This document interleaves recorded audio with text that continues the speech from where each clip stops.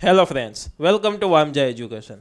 આ વિડીયોમાં આપણે જોવાના છીએ ધોરણ 9 વિષય ગુજરાતીનું એકમ 22, જેમનું નામ છે બોરવ. તેમનું સ્વાધ્યાય સોલ્યુશન એકદમ વ્યવસ્થિત રીતના અને બેસ્ટ રીતના આપણે જોવાના છીએ. સાથે સાથે હું તમને ક્વેશ્ચનના આન્સર લખવાનો પણ ટાઈમ આપીશ. જ્યારે ટાઈમ આપું ત્યારે તમે વિડીયોને પોઝ કરી અને આન્સર સરસ રીતના લખી શકશો.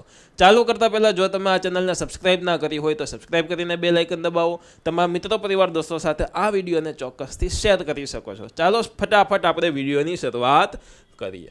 જોઈએ ક્વેશ્ચન 1. પ્રશ્નની નીચે આપેલા વિકલ્પોમાંથી સાચો વિકલ્પ પસંદ કરી અને ખરાની એટલે કે રાઈટની નિશાની કરવાની છે.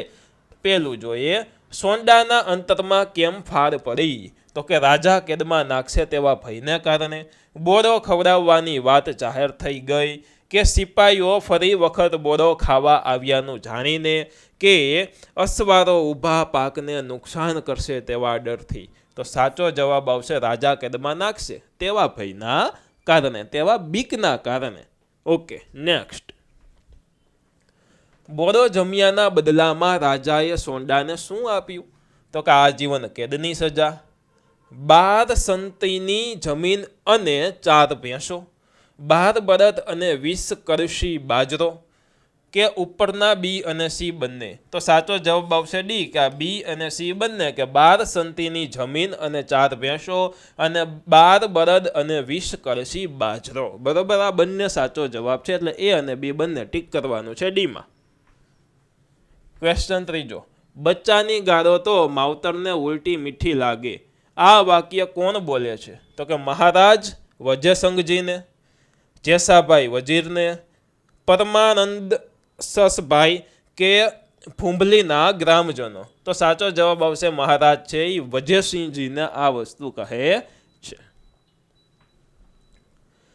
ભગવાન અમને કોઈ દી ભાવનગર ન બતાવે.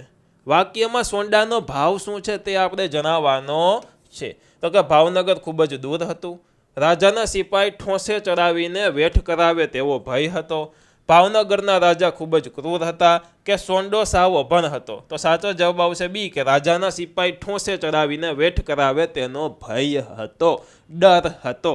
નેક્સ્ટ. ક્વેશ્ચન 2. કારણ આપવાના છે. બરાબર, કારણ આપો. તો કારણ દઈશું. સોંડાએ ઘરવાળીને કહ્યું કે હવે આપણા તો રામ રામ, સમજવા કારણ કે? શું કામ? તો કે એનું કારણ શું આવું કહ્યું એનું? તો કે સોંડાના ઘરેથી ઘોડેસવાર ગયા પછી બીજે દિવસે સોંડો શિરામણ કરી ને વાડીએ જતો હતો, ત્યારે હથિયારબંધ 2 ઘોડેસવાર આવ્યા અને સોંડા વિશે પૂછપરછ કરી. બરોબર, અને સોંડાએ ધ્રુજતા ભારે હૃદયે પોતાનો પરિચય આપ્યો. ત્યારે ઘોડેસવારે કહ્યું કે ભાવનગરના રાજા વજયસંઘજીએ તમને ભાવનગર બોલાવ્યા છે. અને આ વાત સાંભળીને સોંડાના અંતરમાં ફાડ પડી ગઈ. તેને આગલા દિવસે જે બન્યું તે યાદ આવ્યું અને તેને લાગ્યું કે પેલા અસવારે રાજાને બધું કહી દીધું હશે અને હવે રાજા તેને જેલમાં પૂરી નાખશે. આથી સોંડાએ તેમની પત્નીને કહ્યું કે આપણા તો રામ રામ સમજવા, એટલે કે આપણું તો પૂરું એમ, રામ રામ સમજવા. આ પેજનું સોલ્યુશન તમારે લખવું હોય તો વિડીયોને પોઝ કરીને અથવા તો સ્ક્રીનશોટ લઈને તમારી નોટબુકમાં તમે લખી શકો છો. નેક્સ્ટ. સોંડાની વાત સાંભળીને મહારાજ વજયસિંહજીની છાતી ફૂલવા લાગી. કારણ કે વજયસિંહજી પ્રજાલક્ષી કાર્યો કરતા હતા અને પ્રજા જ તેમના માટે સર્વે સર્વા હતી. તેમનું કોઈ પણ દુઃખ હોય તો તે દૂર કરવાનો રાજાનો અધિકાર છે. અને આગલા દિવસે સોંડાએ ગાળો આપી હતી અને પોતાની વ્યથા પ્રગટ કરી હતી. રાજાની કચેરીમાં ઉપસ્થિત અમલદારોને કહ્યું કે સોંડાએ વગર ઓળખીએ અમને કેવા માન સન્માન આપ્યા હતા અને ખવડાયેલો મીઠો બોલો અને એથી મીઠી એની ગાળો, કે આવી મજા અમને મહેલો માય નથી આવતી. અને આટલું બોલતા મહારાજા વજયસિંહજીની છાતી ફૂલવા લાગી. આ પેજનું સોલ્યુશન તમારે લખવું હોય તો તમે તમારી નોટબુકમાં સરસ રીતના લખી શકો છો. ક્વેશ્ચન 3. નીચેના પ્રશ્નોના 7-8 લીટીમાં ઉત્તર લખો. 7 થી 8 લીટીમાં આપણે પ્રશ્નોના જવાબ લખવાના છે. મહારાજા વજયસિંહજીની ઉદારતાનો તમારા શબ્દોમાં વર્ણવો. તમારા શબ્દમાં તમારે વર્ણવવાનું થાય છે. તો કે વૈશાખ મહિનાને બળબડતે બપોરે ખોખરાનું ડુંગરમાં બફાયેલા ઘોડેસવાર એક વારીએ આવીને ઉતરી પડ્યા અને પોતે જે ઘોડા બે પરસેવે નાહી રહ્યા હતા અને આ હાંફતા ઘોડાને વાડીના વડલાને થડે બાંધી અને અસવારે હથિયાર ઉતાર્યા અને ધોરિયાને કાંઠે બેસી અને પોતે હાથ પગ ધોવા લાગ્યા. ધોરિયાના કાંઠે બેસી અને પોતે હાથ પગ ત્યાં ધોવા લાગ્યા. ગામનું નામ ભૂંભલી અને વાડીના ધણીનું નામ હતું સોંડો માળી.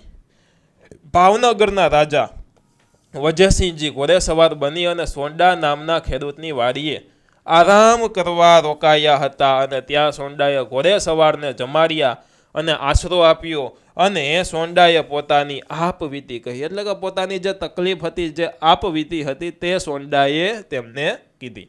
આ પેજનું સોલ્યુશન તમારે લખવું હોય તો તમે તમારી નોટબુકમાં સરસ અક્ષરે લખી શકો છો. નેક્સ્ટ, તેને ભાવનગરના રાજાને ઘણી ગાળો ભાંડી અને તેમને બરાબર ન હતી કે આ ઘોડેસવાર રાજા વજયસિંહજી પોતે છે. તેમને ખબર ન હતી કે આ તો રાજા જ છે અને એને રાજાને ગાળો આપી વાતો કરતા કરતા અને રાજા સોંડાની નિખાલસ વાણી હસતા મુખે સાંભળતા જ રહ્યા, કેમ કે એના શબ્દોમાં વ્યથા હતી. આથી રાજા તેનાથી પ્રભાવિત થયા અને ઉદાર દિલે તેને તાંબાના પતરા પર જાગીર લખી આપી. તાંબાના પતરા ઉપર જાગીર લખી આપી. બીજો આવો જ એક પ્રસંગ સમઢિયાળા ગામમાં બન્યો હતો. ત્યાં રાજા શિકારી વેશમાં એક કણબીના ખેતરમાંથી પસાર થયા અને આથી તે કણબી ખેડૂતનો માલ ચગદાઈ ગયો અને આ જોઈને ડોશીએ 2-4 ગાળો સંભળાવી અને તેમને વજયસિંહજી પર વિશ્વાસ છે તે જણાવી લીધું, કે એને વજયસિંહજી પર વિશ્વાસ છે તેવું તેઓએ જણાવી લીધું. અને આ ડોશીની નિડરતા ઉપર રાજાએ ડોશીના કુટુંબને કાયમી પટલાઈ તથા જમીન ઇનામમાં આપી દીધા. કાયમી જમીન, ઓલું શું હોય કે જમીન ખેડવા માટે રાખતા હોય, આ કાયમી તેમને જમીન તેમના નામની કરી દીધી, કાયમી જમીન તેઓને આપી દીધી. આ પેજનું સોલ્યુશન તમારે લખવું હોય તો તમે લખી શકો છો. ક્વેશ્ચન 2, સોંડાની મહેમાન ગતિનું વર્ણન કરો. તો કે વૈશાખ મહિનાને ધોમ ઢકતા તાપ એક ઘોડેસવાર ભૂંભલી ગામમાં એક સોંડા નામના વ્યક્તિની વાડીએ પહોંચ્યો અને આવા તાપમાં તેને હાથ પગ ધોયા અને આરામની જરૂર લાગી. હાથ પગ ધોયા અને આરામ કરવાની તેઓને જરૂર લાગી. ઘોડેસવારને સોંડાએ ધોરિયાની લીલી ધ્રો ઉપર ખાટલા ઢાળી દીધો અને કોસ હાંકતા હાંકતા સોંડાએ ખેડૂતની દયનીય પરિસ્થિતિનું વર્ણન કર્યું. એમની પોતાની જે દયાવાળી પરિસ્થિતિ હતી, દયનીય પરિસ્થિતિ હતી, તેમનું વર્ણન કર્યું. અને એની વાડીમાં કડવાશ હતી. એને રાજાને ઘણું કહ્યું, પરંતુ તેમ છતાં રાજા હતા તે ખુશ થયા. રાજાને સહેજ પણ માઠું લાગ્યું નહીં. ઘોડેસવારને ભૂખ લાગી હતી. તેને સોંઢાને કહ્યું કે જમવાનું મળશે કંઈ. ત્યારે સોંઢાએ ઘોડેસવારને બોરવ જમાડ્યો, બોરવ નામની વાનગી, અને તે વાનગી જમાડી હો. અને પાંદડાનો દાળિયો બનાવી અને તેમાં તેને બોરવ ખાવા આપ્યો. આ પેજનું સોલ્યુશન તમારે લખવું હોય તો તમારી નોટબુકમાં તમે લખી શકો છો. તાપમાં તપી ગયેલા ઘોડેસવારને આ ખાટો અને શીતલ બોરવ મીઠો લાગ્યો અને પોતાના ભાગનો પણ બોરવ આપી દીધો. અને આમ અજાણ્યા ઘોડેસવારની સારી મહેમાન ગતિ તેઓએ કરાવી. આ વસ્તુ તમે લખવી હોય તો પણ તમારી નોટબુકમાં તમે લખી શકો છો વિડીયોને પોઝ કરીને. આની સાથે સાથે મિત્રો આ એકમનું સ્વાધ્યાયનું સોલ્યુશન એકદમ સરસ રીતના પૂરું થાય છે. આશા રાખું છું કે તમને આ પાઠનું સોલ્યુશન ગમ્યું છે. તમારે તમારા ધોરણનો કોર્સ ખરીદવો હોય તો પ્લે સ્ટોરમાંથી વામજા એજ્યુકેશન એપ્લિકેશન ડાઉનલોડ કરો અને તમારા ધોરણનો બેસ્ટ કોર્સ ત્યાં અવેલેબલ છે, ત્યાંથી તમે ખરીદી શકો છો. અને હા, તમારે આમની PDF ફાઇલ જોતી હોય તો ટેલિગ્રામમાં જઈ અને વામજા એજ્યુકેશન સર્ચ કરજો. ત્યાં આપણું ગ્રુપ આવશે, ત્યાં જોઈન્ટ બટન દબાવી દેજો. તેમની અંદર આની PDF ફાઇલ ટૂંક સમયમાં મૂકવામાં આવશે. વોટ્સઅપમાં તમારે વિડીયોઝની લિંક જોતી હોય તો ડિસ્ક્રિપ્શનમાં એક વોટ્સઅપની લિંક આપેલી છે, ત્યાં જઈ અને તમે ત્યાં જોઈન્ટ બટન દબાવી દેજો, એટલે તમે તેમાં ગ્રુપમાં આપણા જોઈન્ટ થઈ જશો અને તેમની અંદર તમામ વિડીયો મૂકવામાં આવશે.